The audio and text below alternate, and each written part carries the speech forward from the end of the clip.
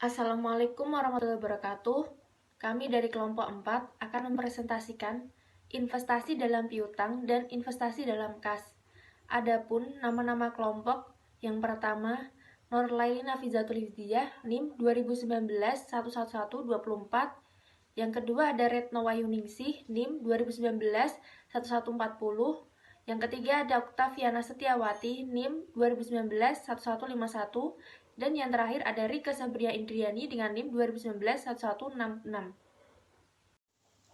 Yang pertama yaitu investasi di dalam piutang.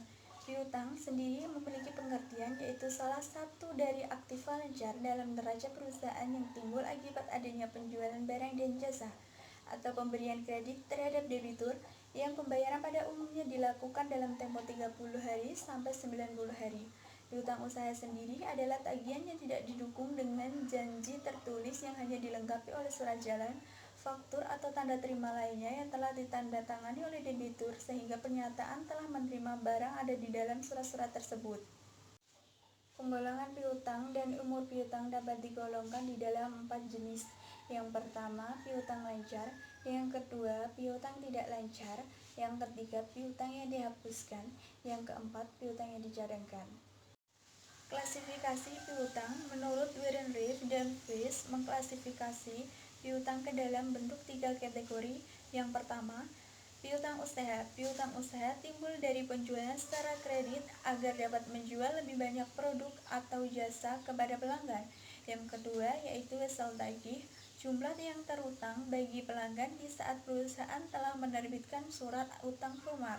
Yang ketiga yaitu piutang lain-lain, biasanya disajikan secara terpisah dalam neraca. Faktor-faktor yang mempengaruhi piutang usaha. Menurut Bambang Rianto, faktor-faktor yang dapat mempengaruhi besar kecilnya investasi dalam piutang adalah sebagai berikut. Yang pertama, ada volume penjualan kredit. Yang kedua, syarat pembayaran penjualan kredit. Yang ketiga, ketentuan tentang pembatasan kredit. Yang keempat, kebijakan dalam penagihan piutang. Dan yang terakhir, kebiasaan pembayaran pelanggan. Pengertian investasi dalam kas. Investasi dalam kas adalah suatu penanaman modal yang disimpan di dalam kas. Dalam sebuah perusahaan investasi dalam kas ini sangatlah penting keberadaannya, karena berhasil atau tidaknya sebuah perusahaan itu tergantung kas yang ada di dalamnya. Pengertian kas. Kas adalah salah satu unsur modal kerja yang paling tinggi tingkat likuiditasnya.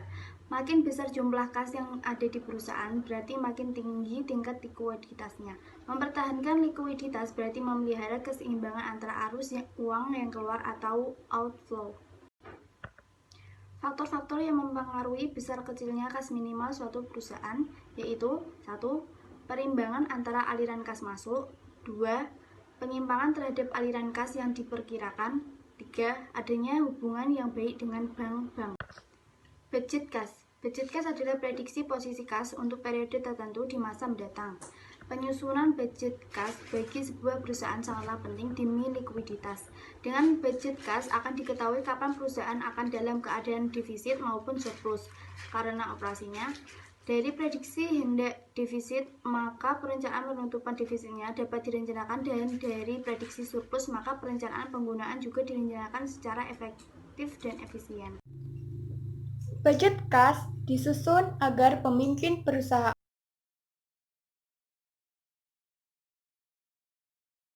rencana operasinya perusahaan.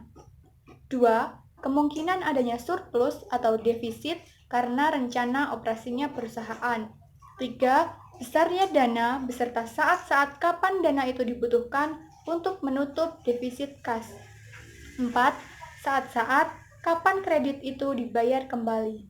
Budget kas dibedakan dalam 2 bagian, yaitu 1. Estimasi penerimaan kas yang berasal dari hasil penjualan tunai, piutang yang berkumpul, penerimaan bunga dividen, hasil penjualan aktiva tetap, dan penerimaan lain.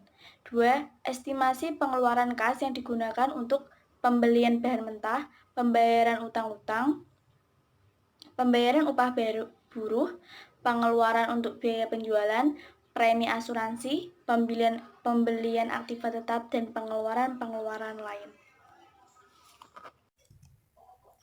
3 motif untuk memiliki uang kas, yaitu transaksi motif, motif berjaga-jaga, dan motif spekulasi.